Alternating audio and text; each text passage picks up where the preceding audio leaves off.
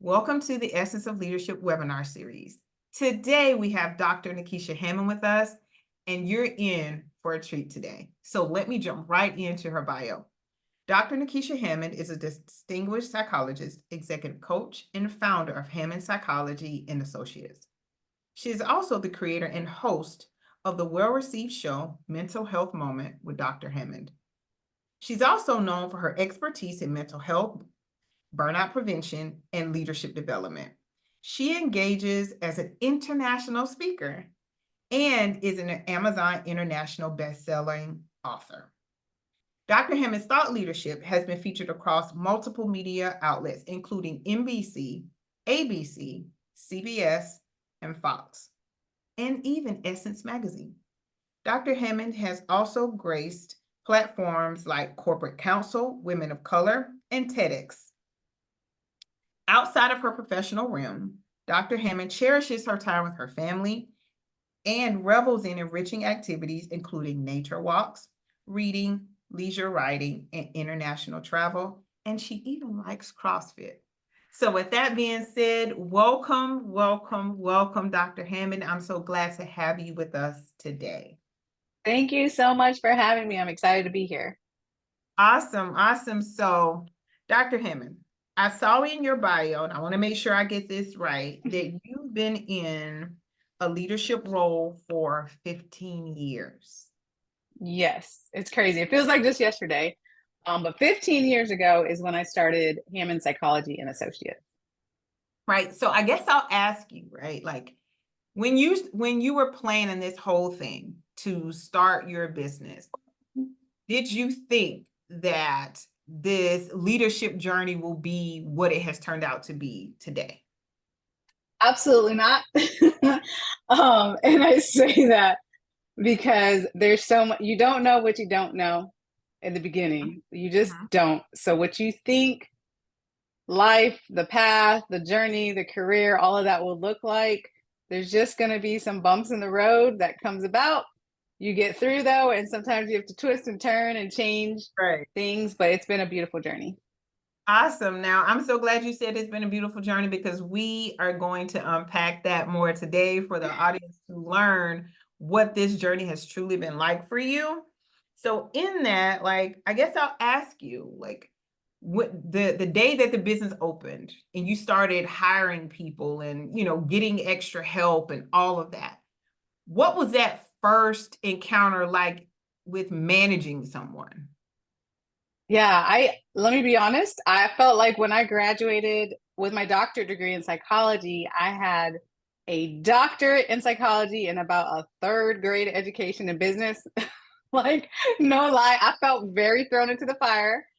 I didn't know what I didn't know, right? So I mean, but that just comes with the territory of whether you're starting a business, whether you're corporate leadership in corporate, or whatever your environment looks like. So I had some learning curves, but what I did was really make sure that let me try to do as much research as possible. Then let me try to Mhm. connect with people. Let me try to get that information in order Right. to help with the hiring process. Right, right, right. So now hiring people, different personalities, all of those things. Like, what was that like learning to hone those skill sets for you? Yeah. So one of the things that's been helpful on my journey with hiring and working with different personalities and things like that, a couple of things to put in place. One is always want to make sure there's open two things. One is I always want to make sure there's open communication, because I think that's very important. Life happens. Look at COVID a couple of years ago. I mean, things happen. Everybody has a different experience. You don't know what people are going through. All those things are really important with your team members. So open communication was very important. And then the second thing, probably the first thing, most important thing, is to make sure that in that process, I share with my employees and my team what my values are for the company and what shared values we have. So those were two of the things that were really important in that initial stages, if you will, with hiring and dealing with different personalities and making sure we all had a shared vision.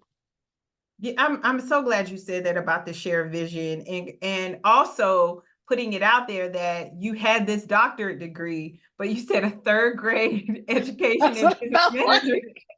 I Yeah. I find that interesting because in my experience, of course, working with people in leadership, and I work with all levels. I typically start with the executives and then middle level management. And as you probably know from your experiences, that's typically where the professional development budget stops.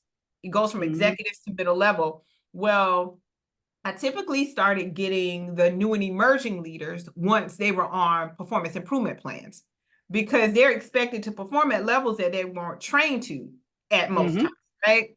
And Yeah. in that, I learned that they were, of course, their own worst critic because Mhm. they were comparing themselves to middle level management and executives when they were thinking you woke up with those skill sets. And to your point, you learn those along your journey. Yeah. Yeah. There was really, honestly, there's a process. I think everybody goes through it really. We have a lot of, like you said, the critic, the inner critic. I call it Yeah, the negative self-talk. Like all those yeah, sorts of things really start to happen. But when you work on your mindset, which is important as a leader to get through right. that, that that can really be beneficial. Which leads me to what would you say to uh I guess it will be a new person who's starting their leadership journey. Yeah, it's one of the things that's really important is to make yourself your number one priority. It is not a selfish thing to do. A lot of times when we think about leadership, the first thing that comes to mind is, okay, how can I be a leader to the people around me? Which is important, but first you have to be a leader for yourself. So you have to make yourself your number one priority. You have to be working on how do I become better, the better version of who I am personally, professionally, mentally, physically, spiritually, emotionally, like how do I grow as a person? Because when you work on that, then you show up as the best version of who you are for your team, right? Absolutely. So that's what I would say for emerging leaders. I wish I really understood that concept 15 years ago, which probably would have prevented some burnout that happened years ago. If I understood that concept, make sure I'm taking care of myself, my skills, personally, professionally. Uh, but I would definitely recommend that for new and emerging leaders for sure. Yeah, I don't, you saying the self-care is so important because when I'm talking to them in sessions, they're most times focused on proving themselves, proving they've Mm-hmm. earned their quote unquote seat at the table. Yep. And the burnout creeps in. And that's when Mm-hmm. they start not performing like they should because of all of the other variables. So thank you so much Yeah. for hitting on that. And you said something that was interesting just now. You said developing yourself, right? What is it that gives you that I guess the ambition to say, I want to read this book. I want to, go to this conference. I want to, keep investing in myself. What is that for you? Yeah. For me personally, it's really thinking about who am I serving? Right. Right. So who like when I think about who am I serving, who am I helping, don't they deserve, or even if it's my family, like whomever around me, like don't they deserve the best version of who I am and myself too, right? Showing up for Right. ourselves too. When I am in that mindset, then I'm like, man, I have to do everything possible. Like you said, I got the books, we got the podcast, we got the e-courses. Like, how can you continue to grow, invest back in the business, invest back in yourself, be a better leader in all the roles that I play, right? Like, but I have to show up for a lot of people.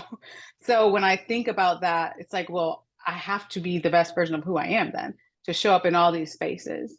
Right, right, right. No, you hit the nail on the head, and you have a lot of people relying on you just with everything you're doing in the mental health space, and you have so many amazing things that you do. But to deal with people who are having challenges in the mental health space, I can't imagine what energy it takes to show up in a positive light, to be that beacon for someone, right? So Mm-hmm. yeah, I can totally see that from your perspective. Um, Another thing I'm thinking about too, as I think about you and all of the projects that you've done in the 15 years, how have you overcome challenges though, Dr. Hammond? I'm quite sure you've had some. Yeah, just a couple. No, I'm just kidding. Yeah, we all have the challenges, and what I've learned over time is a couple of things to get through the hard the dark, hard times. One is, and it's not an easy thing to do, but you learn it over time. One is you have to feel the emotions, meaning the challenging, hard, if it's crying, if it's sadness, if it's anger, like whatever it is that you're going through, the anxiety, the nervousness, all those things, like allow yourself to feel those emotions, which sometimes we can do on our own. Sometimes it's too hard. Understandably, we need a mental health professional or a friend or family member, whomever it is. But you work on understanding you have to process those things to move through that situation to get to the other side to continue to be a great leader. Otherwise, what happens is we tend to sweep all our problems under the rug, and I promise you it will come back to haunt you. That's just Yeah. what mental health is. Like, you sweep too much stuff, you ignore yourself, you ignore your well-being, it will come back physically or mentally, emotionally, however it shows back up, right? Because we have to process those challenging times. So that's something I've learned over time. I have a very strong faith, so that has definitely gotten me through some hardships as well. And I'm extremely thankful for a really great support system around me with friends and family. So I've had a combination of things, that have really gotten me through some of the harder times. Right, and thank you for sharing that. And I like for, leaders to actually talk about that, because most people can say, I've seen, Dr. Nikisha Hammond on this stage. I've seen her speaking at these amazing conferences, but they don't understand what it took for you to get there, right? What you Yeah. have to do to position yourself mentally with the tips you just shared, your strong faith, your support system, allowing yourself to have a moment to experience those feelings. Those things are real. Yeah, very real, very real. And I remember a couple years ago, back in 2020, I had a mentor, very close mentor, who passed away, and that grief in the midst of course, a global pandemic, Right. and my practice was shut down. Like, it was a lot. It was heavy. Like, it was a lot. I'm like, I don't even know if I can emotionally get through this. Like, it was a really difficult time.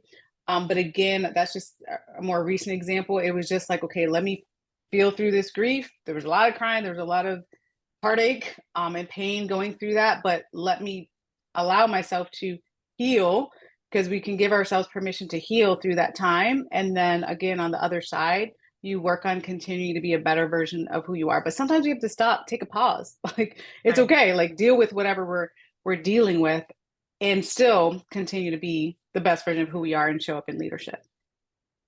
See, this is when leadership gets real, right? When Mm-hmm. people say, "Oh, I've seen Dr. Hammond at the office. She had X amount of clients today," but you didn't see Dr. Hammond maybe crying in her car, right? All they Exactly. saw was you come in and help the clients, and that is one reason why I wanted to create this webinar series, so people could see that Dr. Nikisha Hammond is a real person. Yes, you Yes. may be in awe from a distance, like, "Oh, she's amazing," but she is a real person who has to, be resilient, right? To come back from these hardships, to face failures, to not get everything right in the business, to feel like, I love that analogy, to feel like I'm in the third grade when it comes to managing a business. Yes. Most people would not admit that, because to some, they want to believe that because I am a leader, I have it all together. And that is Correct. not the case. Not at all. Not at No, all. thank you so much for sharing. The other thing I wanted to ask you was, now that you've had the journey, or at least to this point, how do you measure your success? Yeah. And measuring my success has really been about feedback. So I'm very big on feedback with a lot of my team members. I have different teams for different projects. And again, we are very open with the communication, like, hey, like, how's this going? Like, what do I need to improve? What do you need to improve? Right. Like, it's a mutual conversation. So a lot of times with leadership, sometimes it's very one directional, which is problematic.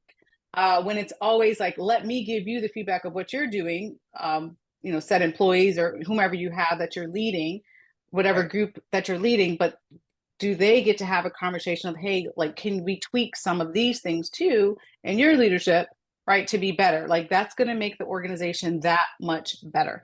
So Right. that is literally what we do. Lots of conversations of how do we make this all better.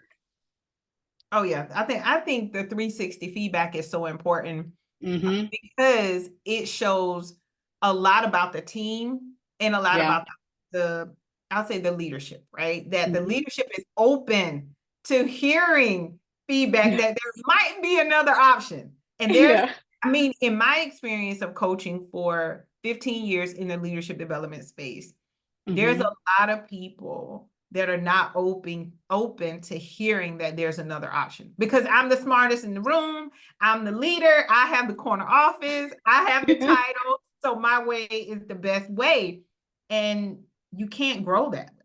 Not at all. I get excited. Listen, when someone's like, you know what? I was wondering, or I was thinking about this idea. Now, granted, of course, if you're the leader, sometimes you go, nope, we're not going in that direction. But Right, sometimes you go, man, that's a great idea.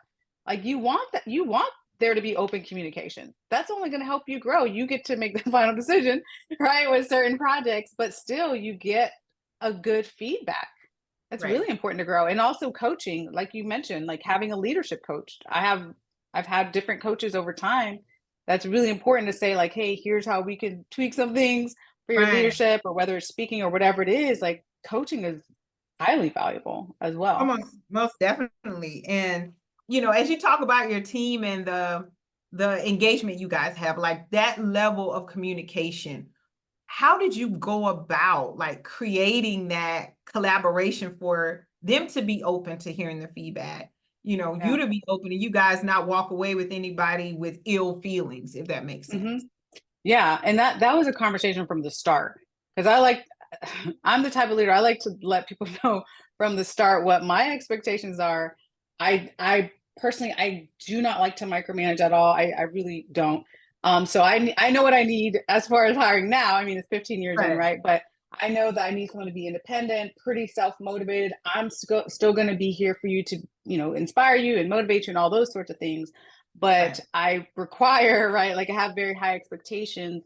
And also I say, hey, let's make sure that we have this open dialogue. If you need something, I have many team members that are pretty open about their life and what's going on with them, which is their choice. I don't obviously require that, but anyways, people like to tell me a lot of things that's going on with their life, but it allows me to have more empathy. And if we need to do time off or whatever it is that we need, because we have that open communication.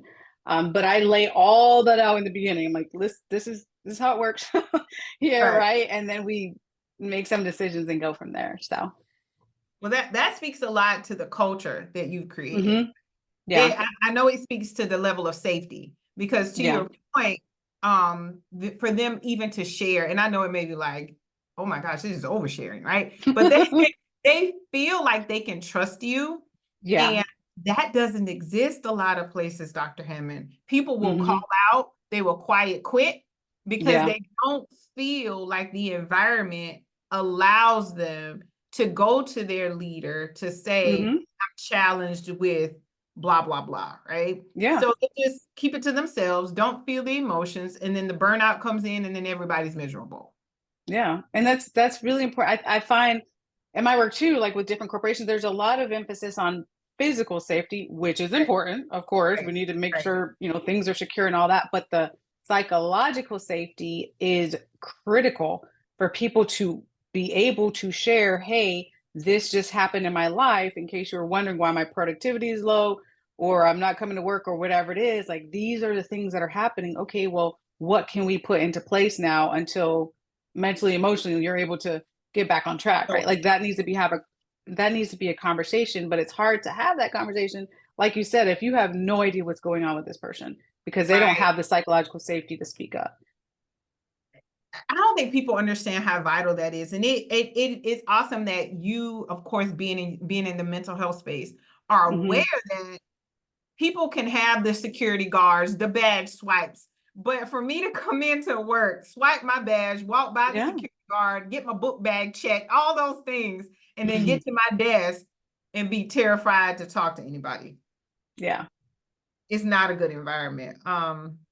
So No. yes, thank you for sharing about that. The other thing I wanted to ask you was, when it comes to, I guess if you had to decide like your leadership style, right? Like, what would you say that is? Yeah, I would say it's a combination of things. So I try my best to be empathic. Everyone has a story. Normally, we have no idea what's going on in people's lives at home. So I try to be as empathic as possible as a leader, number one. Secondly, try to be open-minded, as we talked about before, with the feedback, understanding what kind of culture it is. I want, especially with, well, I'm in different projects, but let's say the practice, for example, I don't want people that work for me to come in and be like, oh God, I hate to be here. I don't feel like being here today.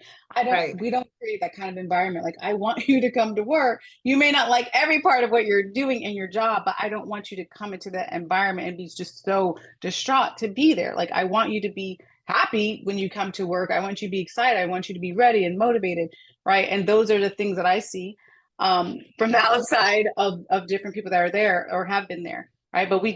But it's trying to create that positive environment, trying to work on making sure. I mean, I preach burnout prevention, right? So of course, in the spaces I'm in, making sure that I'm aware too of if someone's getting burnt out and what can I do as a leader to try to help them through that. So I would say there's a couple parts. And again, I mentioned earlier, like I do have high expectations though.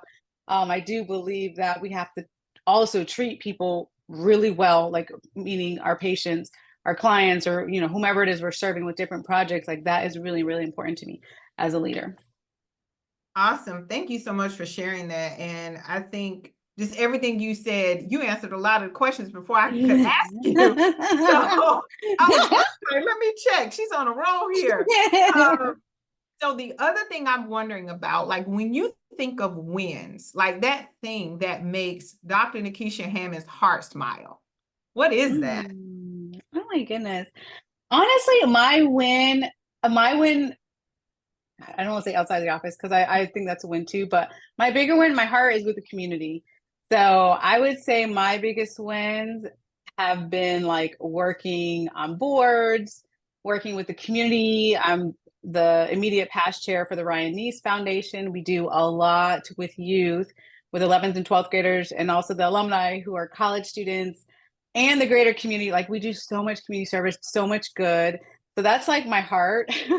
I would say I think those are big wins because just the impact, not just me, I'm just like a small part of the organization, but just to see the impact within Tampa Bay and the other communities that we've traveled to, that's one of my favorite wins, I would say, all these years, just being able to have the impact in my office too, but outside my office as well.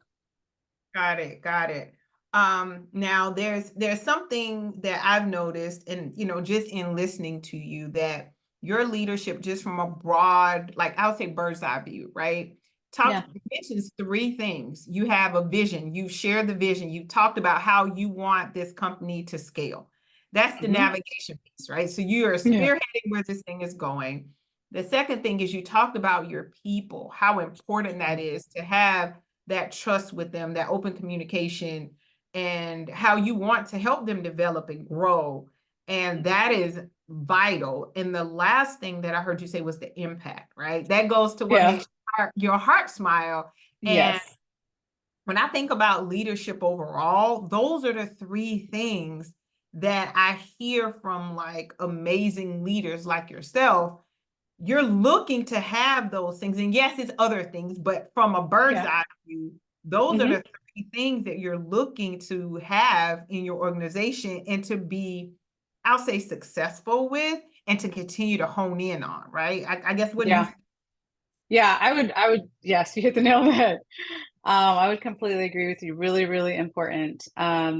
Yeah, all three of those things. Like you mentioned, the vision, the impact.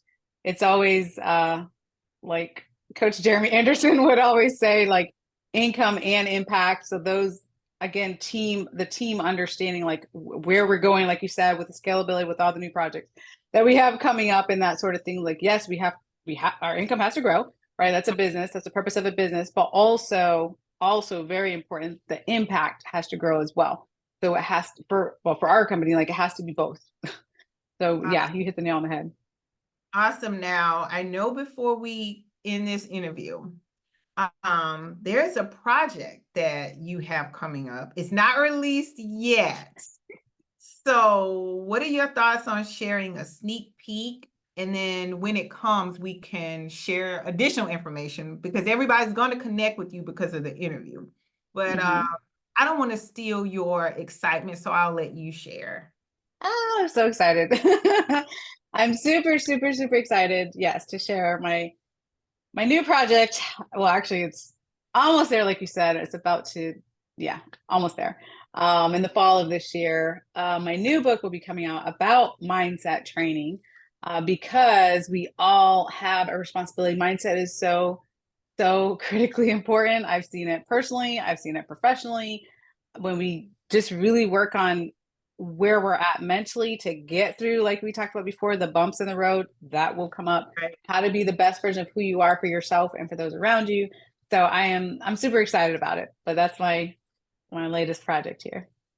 Awesome. So everyone connect with Dr. Nikisha Hammond so you can stay tuned to what's happening with this project. I do not want you to miss out.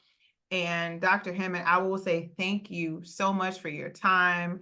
Thank you for just, I mean, well, actually it's time away from your family now because it's, just Mm. everything that you have going on and the travel. So thank you for joining us today and sharing your insights and your advice. And I will say that in my opinion, you are what I believe is a woman who is history in the making with all of the amazing things that you're doing. So thank you again.